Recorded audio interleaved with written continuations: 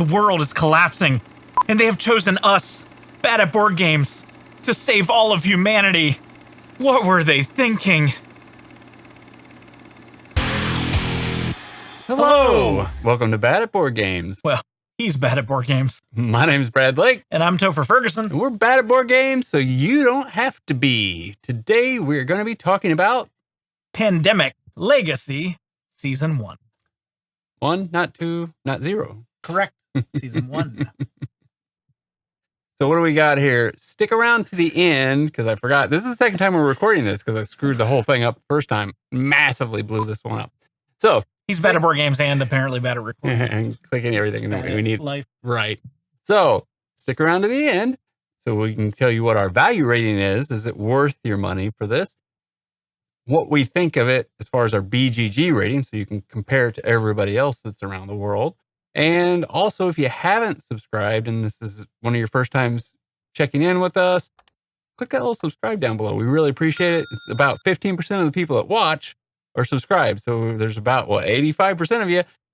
Appreciate you showing up. Would really help us out if you hit the button down below. That'd be awesome. Yeah, we'd love to have you joining us at the table when we do a little bit better at recording our videos. Or maybe just stick around and see the chaos that is Brad and Toph in front of a camera. Exactly. I laugh a lot at him. It's true. It's true. So, on to the review. So we're going to talk about Pandemic Legacy Season 1. If you have not yet played Pandemic, this is going to be very much a review of similar to Pandemic, just exponentiated a little bit. The game itself is designed like base Pandemic by Matt Leacock, but it is also designed, the Legacy version, by Rob Davio. So you get this fantastic design into a game, and it is adding the Legacy component to it, which means, well, it's a timed game.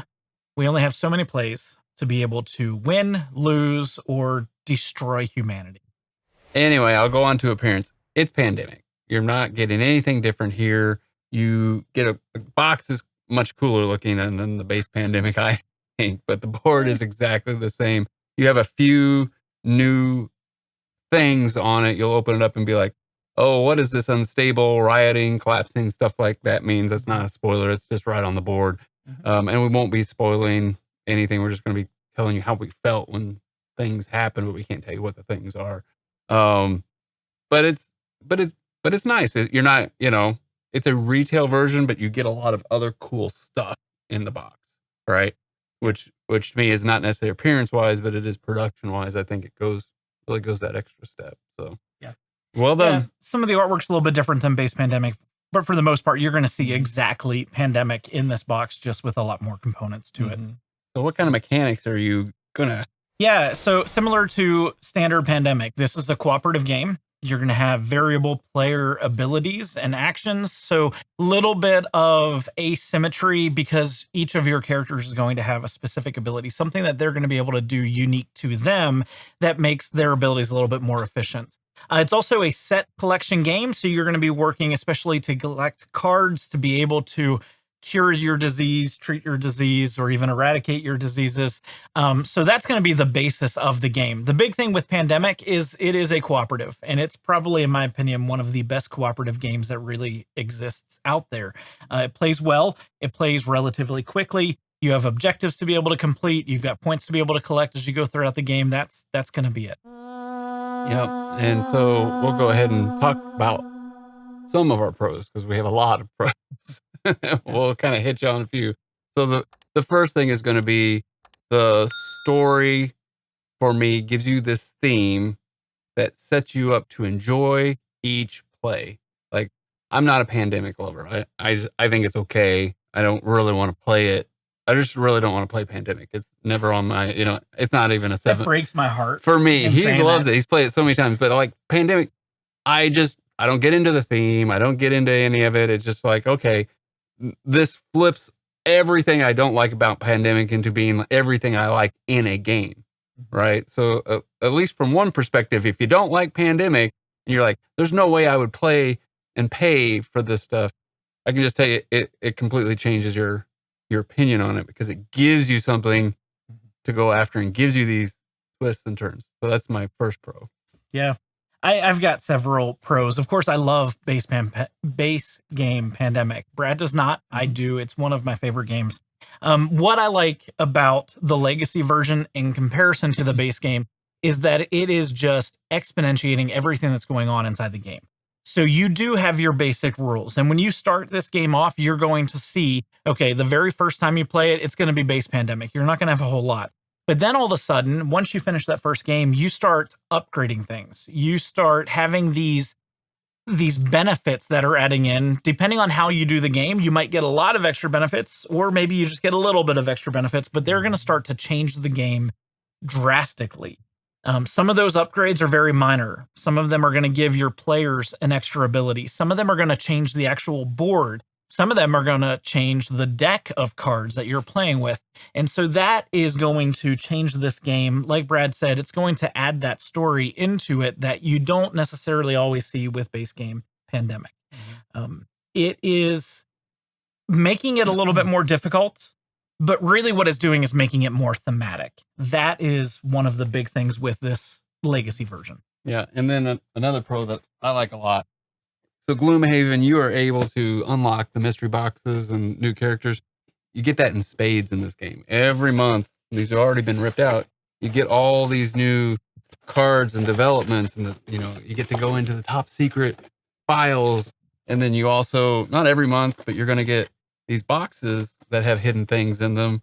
And we started like taking the ones we had to tear up and putting them in one of the boxes. Like, there is something about all that was just a lot of fun. I liked every second of searching and exploring and uncovering something after a game. Like, I didn't need to do anything in the game. Just win or lose, something's going to happen, and we get to see the stuff come out. And it was always cool. Yeah, I learned Brad likes to open little boxes.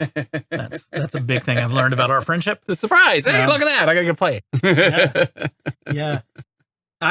Goodness gracious, what else do I like about this game? With base Pandemic, you are setting out with just this one ability. You are working together as a team. You have to treat these diseases and find some cures. Without going into spoilers, this game completely turns everything on end. When I talk about liking certain games, especially like Pandemic, one of the things that I like about it so much is that it gives you this sense of panic and this sense of anxiety, a little bit of a sense of fear as you play. That is nothing compared to this game. We have had games that we have played where it has been almost dumbfounded at the end of it. Like, how did we lose so bad? Or how did that happen? Why did that happen? Who would ever think that something like that would happen? And that is the story of this game. That is why this game has been rated so high, because it is unpredictable from one day to the next, or I should say from 1 month to the next. As you play throughout the game, you're playing over the course of a year. So this is a legacy. A legacy game is going to be one where you have to tear up cards, where you have to affect the board in some way that's going to change everything going forward. You can only play each of these months twice. If you win, you move to the next month. If you lose, you play that month again. If you lose the second time, you're done, and you get doubly penalized going into the next month because you did not win. You were not efficient in what you were trying to do. And for the most part, we did okay until July. July was terrible. We don't talk about July. July was bad. So on top of that, like a pro coming out of playing, this is my first legacy game. So I look at this kind of like a D&D campaign or dungeon crawl where you need the people and it just kind of all peters out, right? So, and then why would you want to buy a game that you then can't play again? You're going to have between 12 and 24 games of this. And at the price and what you're getting, it is great. You don't we need to not worry about this game isn't unusable at the end of it, is really what it comes down to. And that's where I've gotten to my head is like, it is a pro. It is like, you're going to have enough games of this and not like how many games.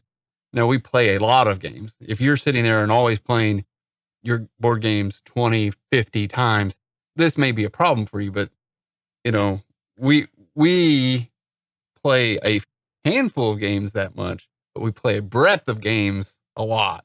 So being able to we played this 17 times. That's a pro to me. The price got driven way down per play on this, and I didn't buy it. So it's that's a pro. I will say you need to probably plan on playing this game with the same people every time. It plays 2 to 4 people. I think that is helpful. We have brought people into it and they played for a short period of time and that was it. That's doable, but you really do probably want to set aside and say, let's play with one group. And then it naturally came to the table. It naturally came out on a regular basis. And that's good, especially when we're both kind of collectors of board games. We both have large collections. And now also with the channel, we're actually playing even more games and getting more games to the table, especially to do reviews. This one is coming out regularly. And that is a positive for any game when you never doubt it and you say, yes, let's play another game of Pandemic. Let's do that. Yes. Z-Man, listen to me in this. You have got to find a better maker of your scratch off cards. So again, with Pandemic, with the legacy games, you are tearing off cards, you're ripping cards in half, you're putting stickers on the board on cards, on things like that, you're affecting things.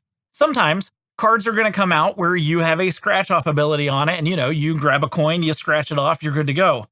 Except this game, those cards do not scratch off. They're horrible. They're so hard to scratch.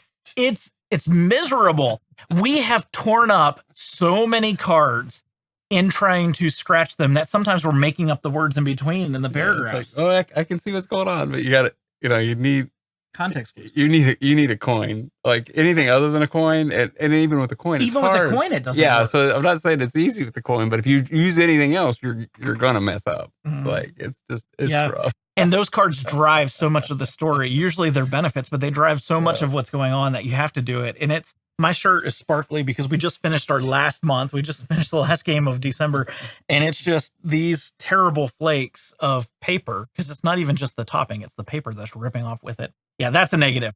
Z-Man, fix that, please. I know the game is expensive and I know it's meant to throw away at the end of playing it, but still put a little bit more money into that, please. There's not a whole lot. If you are afraid of throwing away the game at the end of playing it, that could be a con for you. I thought that would be a huge con for me. The reason why I waited so long to get this, when Pandemic is one of my favorite games, I knew I wanted to play Pandemic Legacy, but I was so afraid of investing in a game that I would have to tear the cards up and then throw them away.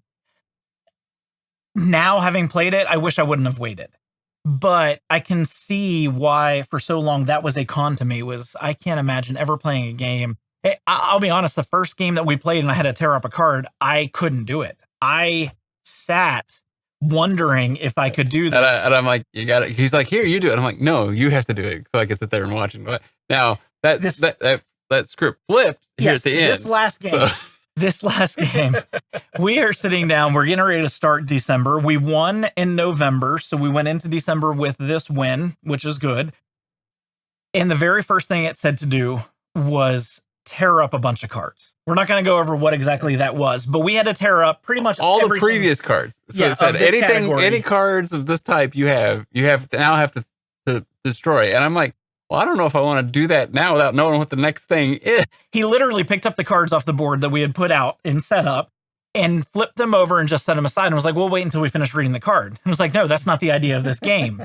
No, he has laughed at me for 12 months. For 16 games, he has laughed at me at trying to tear up these cards. I'm now used to it. I do it a little bit easier, but he laughed at me this whole way through. And this last game, he's like, let's just set it aside. We'll tear it up later when we figure out what actually is going on. So I refused to continue reading the card. So then I had to tear them up and I threw them out. He did. He anger threw them across the room. Completely tore the cards in half and just threw them, chucked them across the room. It was amazing. That is the pro of this game. When you are in that state, we are laughing through it. We're enjoying it. We are holding and pulling our hair at the same time, wondering what's going to happen. It is great, but you have to get over that hump of, I am going to alter this game in a way that it is never going to be playable again. That's a con for some of you. It was for me, but please jump past that. Try to work through that. Be the one to tear the cards first. because it will eventually start to get a little bit easier. But I mean, if you see the board, you don't have to look closely, but if you can see it, we have put stickers over this whole board. We have put stickers on cards. We have torn things to pieces. We have thrown away components of the game because it instructed us to do that. You have to do that. That's part of the chaos of a legacy game. And fun. And fun, yes. It's where a ton of the fun is at. Yeah, it really is. So we're going to talk about the weight. So this is a little bit more complicated than Pandemic. It's a little bit heavier than base game Pandemic. I did not look up the weight rating of base game Pandemic. And to be honest, I don't play base game anymore because I always play with the expansions. You kind of have to just to get that change in the game itself. And it'll add a little bit of complexity to it. But this is rated on BGG currently at 2.83 or 2.86, somewhere around there. So it's a little bit above a medium weight game. And I think that is a perfect score. It kind of averages out across your 12 months of play. Some months, like for example, December, we thought was super simple. We set up for it well, not knowing what we had to go into, but in the way that we played October and then November, it allowed us to be able to have a benefit we didn't know we would need going into the month of December. So we played it relatively easily, relatively quickly, and we won probably some of the least stressed gameplay out of all of the Pandemic that we have played. January is also going to be that way too. You're getting started, you're getting your idea of what's going on, it plays pretty easily. And then you've got other months that it is a lot more difficult because it just changes. The mechanics change, the theme changes, the gameplay changes, your objectives all change. July. While you're playing base Pandemic. Yes, you're still playing your game, yeah. And it's, so yeah, some months are going to be a little bit more difficult, some a little bit less. 2.8 something, that's on par. It's not overly complex. So our value rating, so he bought it. For me, it's a value of $1 million because I didn't pay for it. So that's one.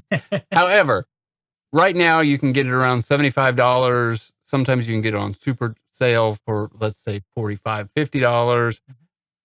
Maybe Cyber Monday, which is in a couple of days from now. You might be able to get one of those great deals. But we're going to say it's around $75 plus or minus a few dollars for the rating.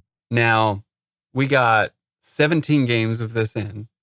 So this at 10 games, even if you didn't finish it, you're going to play between 12 and 24 games of this. If you lose them all, it's 24. If you win them all, it's 12. Even at 10 it's going to be, $7.50 per play for this, which is a good deal. I like to see it below $10 per play, get enough value out of it, right? And ours was less than $5 a play. Yeah. So we were less than $5 a play for this for our 17 games. So if this cost $300, I would say this is a value of 1.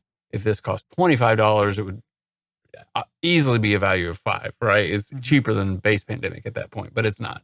But for me, and the experience that we've had and the cost per play that we now have, I'm rating this as a value from a 1 to a 5 as a 5.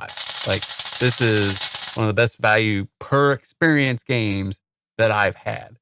It's the number of games we've had. Now, they may not be the absolute best moments in board gaming I've ever had, but there's so many more of them that get really close. Yeah. That it's like, this the value for the experience that you're getting out of this game is a 5 out of 5. So we're going to get into our BGG ratings so that you can compare our ratings to the rest of the world on Board Game Geek. And I'm going to start off, since this is his game, he loves this game, I'm going to make him go second. So you get to hear his opinion right after this. I don't like base Pandemic. I think I've said that a few times in this video. This completely flipped the script for me on the Pandemic system. You get different mechanisms on top of it. So it's taking Pandemic and you have to go and heal everything. And then saying like, oh, you got to go heal everything. And then you got to go do this. Oh, and then you also have to do this. And then also you have to do this. So it keeps layering on these mechanics and these, story theme mechanics that make it so great. So I easily put this at a 9. I question if it should be higher than that, but I think of a couple of games that I've had that have been better, but fewer experiences, drastically fewer, like nowhere near 17 plays of this game, right? But 9's a great, excellent, amazing game. We can't play this one again, but I'm looking forward to playing the next season. So it's gonna be pretty cool. So what is your BGG rating? Yeah. I struggle with exactly where to put this. I don't think this is a 10 for me. But a 10 and a 9 are very similar. And I am rating this, I'm cheating. I'm rating this a 9.5. So if you look on BGG, that's what you're going to see that I have inputted this as. It, you know, in the beginning, I didn't think I was going to rate it very high just because we were going to have limited plays and throw the game away. That's the whole idea of a legacy game. I was not bought into it. Now I am. Now I understand the appeal. I understand how good they can be. And with this game, I understand how beautifully they have done it. And it almost puts it at a 10 for me. It is fantastic. It is probably, well, it's definitely worthy of where it sits in terms of people's reviews. There are some people that don't like it, but for the most part, everybody has rated this somewhere in that upper echelon. Maybe not quite up at a 9 or a 10, but somewhere in the 7 to 8 at the absolute lowest 7. Those are all good scores. I feel 9.5 puts this exactly where I want a game. It's a sweet spot of chaos mixed with cooperative, which I absolutely love. I don't like player elimination. It has a very deeply embedded story throughout everything that you do. The experience has been fun. Whether we've won or lost, we have laughed. We have not really cried, but almost. I did when I tore up some cards. We have been through this range of emotions playing this, and that's exactly what you want. We've always wanted to pull it out. We've always enjoyed it. It is, for me, one of my favorite games. You know, if you saw last year, we did our top 40 games of all times. This was in my top 10. It's going to remain in my top 10, at least for the time being, because I do love it so much. Yeah. So what do you think? Have you played it? Do you think it should be in the top 5 of BGG's top 100 of all time? Things like that. We want to hear what you have to say. Is this interested in, did this help sway you? Are you looking to get it now? So we would definitely like to know. Comment down below, and also make sure you subscribe. We really do appreciate it. Yeah, we'd love to have you join us at the table.